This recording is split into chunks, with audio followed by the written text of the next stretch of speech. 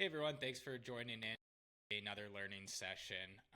As you have probably watched through some of the spreads videos, we did mention that we were going to get into the grain, have a video learning session all on its own, as it is a really important slash interesting signal about what's happening in the cash markets that can really give us a better outlook marketing is going to be based off of where basis and where the futures can go.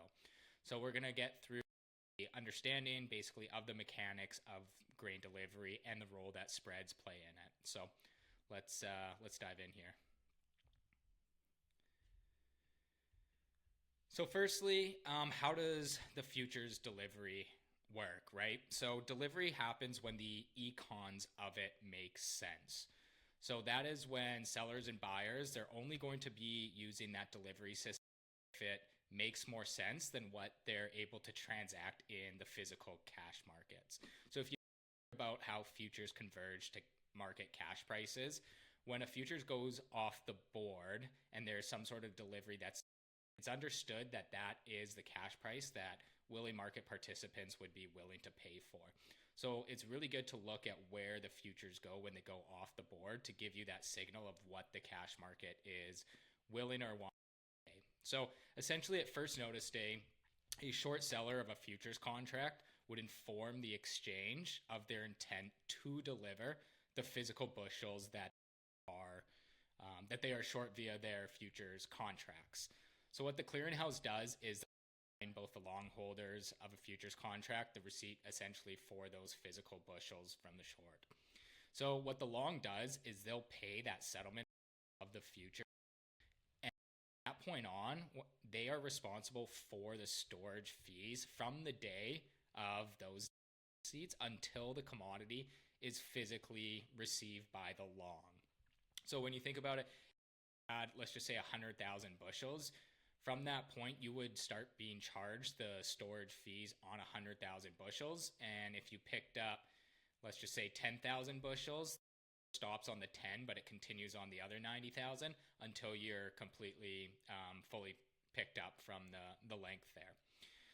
So what the short seller's position, it will be offset by them delivering this physical grain, we'll say, and then them receiving cash for it. And on the other side of that, the is offset by taking the delivery of the physical, and then they pay the cash for that product. So this is what happens at delivery. It's crucial to understand for what cash prices are, because both the buyer and the seller will only be delivering cash economics makes sense through the futures delivery process versus buying directly from the physical market participants. So if you see that are starting to take delivery of grain in maybe a larger amount than what you would, that means probably some strength to the cash, because their first thing is always to utilize their really expensive assets and be front facing in our world to the farmers, right?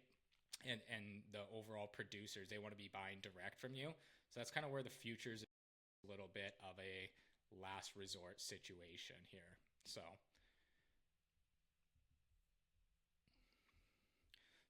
spreads in delivery. So how do the calendar spreads really interact with the delivery mechanics? And I think the best way is actually to go through an example that all of us can relate to. Let's just look at an example on corn. Say that the December futures are trading at 450. March is trading at 460. So the spread is a 10-cent carry. So let's think about it. If the physical market is hitting 10 under the Z, so the cash price is 440, and the market's able to continue to buy cash corn at that period to say a sale against the March, that's 460. For simplicity, let's just take a financial side, a cost to carry, that sort of thing. But if we look at it and say, okay, we bought at 440 and then can carry it into a March timeframe sale, we make 20 cents. Really ideal, and you'll continue to hit that cash market, not really utilize delivery. Whereas if we took delivery of futures at 450 and carried it to a March sale, we would only make 10 cents, right? That 450 minus the 460. So we don't need, or we don't really want to use the delivery that's going to make less money. We can physical market. And so in my videos where I talked about how that's in carry a healthy market, that means that there's enough happening in the cash market where there is spread, that negative spread or a carry, that as I mentioned, the futures taking delivery is generally a bit of a last resort. So that's kind of the carry as a healthy market, is things are happening in the cash market the way they should and not having forced to utilize a futures delivery market. So it's really that last resort to be buying or selling any of these ag commodities, because you want to be executing through your own operations, your own system, right? And delivery, it can incur many additional costs, as we talked about, the storage costs or any other unforeseen costs as well. So essentially executing in the actual physical cash market is just less of a headache too.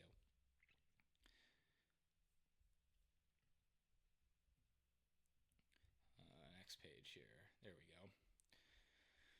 So now if we think about this from another, so if bidding over the December futures, let's just say 6 over the Z, so the cash price would be $4.56. So the market is now buying the December corn at a 6-cent to what they can be buying the December futures at and to a March sale, right? So if you can buy the cash at $4.56 and you're carrying to March a of $4.60, this is only that you would be making against that spread and against carrying that. So buying in the cash market versus is going to put us actually out 6 cents versus taking the futures. We're buying $4.56 and then selling $4.60. That's only 4 cents. Whereas if the spread's still at 10 cents, we can buy and deliver at $4.50 and sell at $4.60. So you're making 10 cents. So you're better through the process by 6 cents.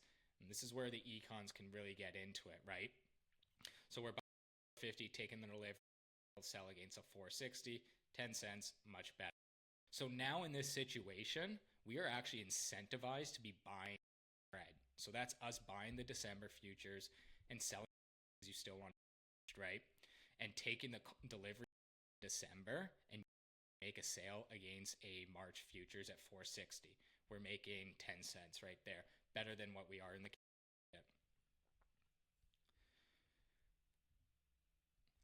So what does this really mean for us? So if we're thinking back to our sessions on spreads with the inverse, we mentioned that a carry, as I said, is generally considered a normal and healthy market. That's because the futures delivery really is that last resort. So if we can buy in the cash market better than what the spread is, i.e. below the spot price, that means there's also the act of buying and selling of a product that keeps it. Again, that the delivery is generally a last resort, that you facing, you want to be buying direct from the market. So when the delivery really come into play, it means that the market is not buying the cash at or below the delivery, and actually taking delivery is now the cheapest or more economical way to purchase the product. So this plays into the carries and the inverses in markets. So if a buyer is unable to buy direct in the market and needs to either or make delivery to get their ownerships or the sales, that means the market is not functioning efficiently. Supply is tight, maybe demand is weak, and usually in a sense that means that prices will need to start to correct. So, as more buyers would struggle to get ownership in the cash market, they'll look to the market, they'll start in the spread. And so that's buying the nearby and selling the. So we know from our learnings, as you buy the spread, it pushes the nearby price up and the deferred low. And it's enough that it's enough that you can get that spread to actually narrow in, right? So as you can go from a carry actually in an. So that is now that market incentivizing us to sell in the nearby rather than hold for the deferred. So if you think about, we had that 10 cent, right? But if people are needing the cash in the nearby in the December and they're not able, they'll start buying up the futures and start selling against the March, and that 10 cent to go down to maybe only a 1 cent. carry, or it flips and it goes inverse, right? That is that market now that there's demand and product needed in the nearby and is trying to incent selling in the nearby rather than holding it for the deferred. So as I mentioned in the carry and the inverse video, that inverse does become a self-fulfilling prophecy. If you can't get the ownership in the physical market, they will then turn to start buying that spread, look at taking delivery. And when you think about that under that still that self-fulfilling prophecy, well, if people can't buy in the nearby, who is also going to be selling, right? So that's where that self-fulfilling prophecy can really start to expand or really shoot up that inverse.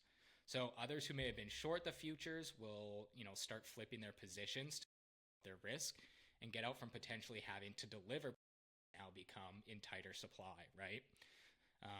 They don't want to be delivering to that market that's already short and can't be buying to begin with, right? So this inverse will run to the point where it gets to where it's incentivized sellers to start releasing their product to the market at prices that they want now.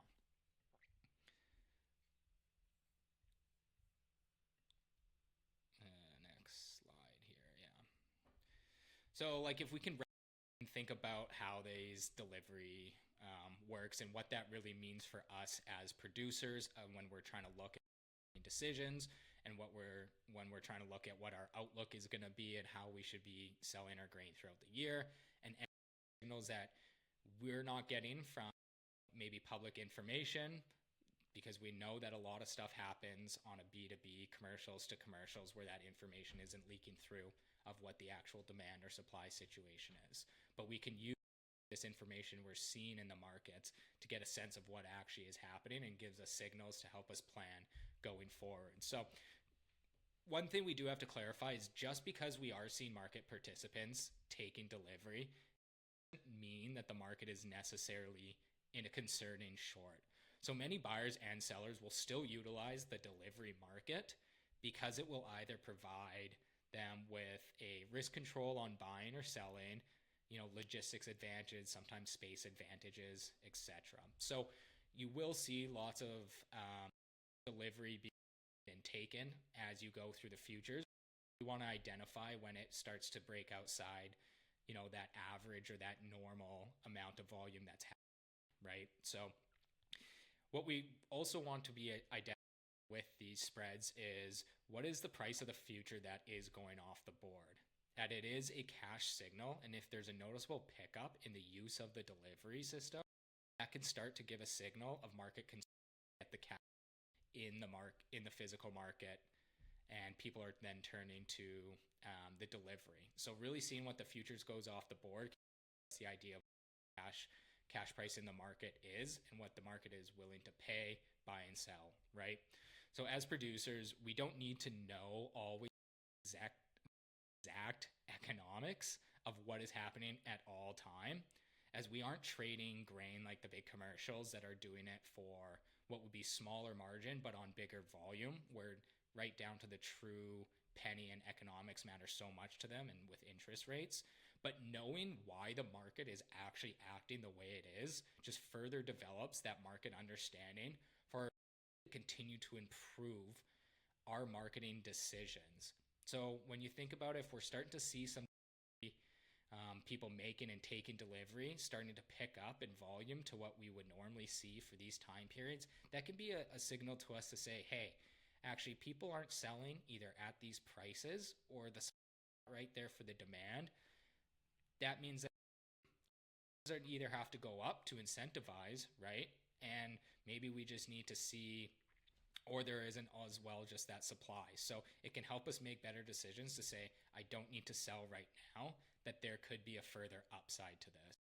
So it's all things that we just really understand what the core mechanics are and what that means for us to give us even better insight to make even better decisions. And at times, sometimes a buyer call up and say, oh yeah, now's a great time to sell. When you're starting to see maybe something's happening in the market, you can help improve those decisions on your own, and influenced by other people that have more of an incentive to get you to sell their grain at certain, or sell your grain at certain times, and actually you person that is fully aware and knows what's happening in the market. So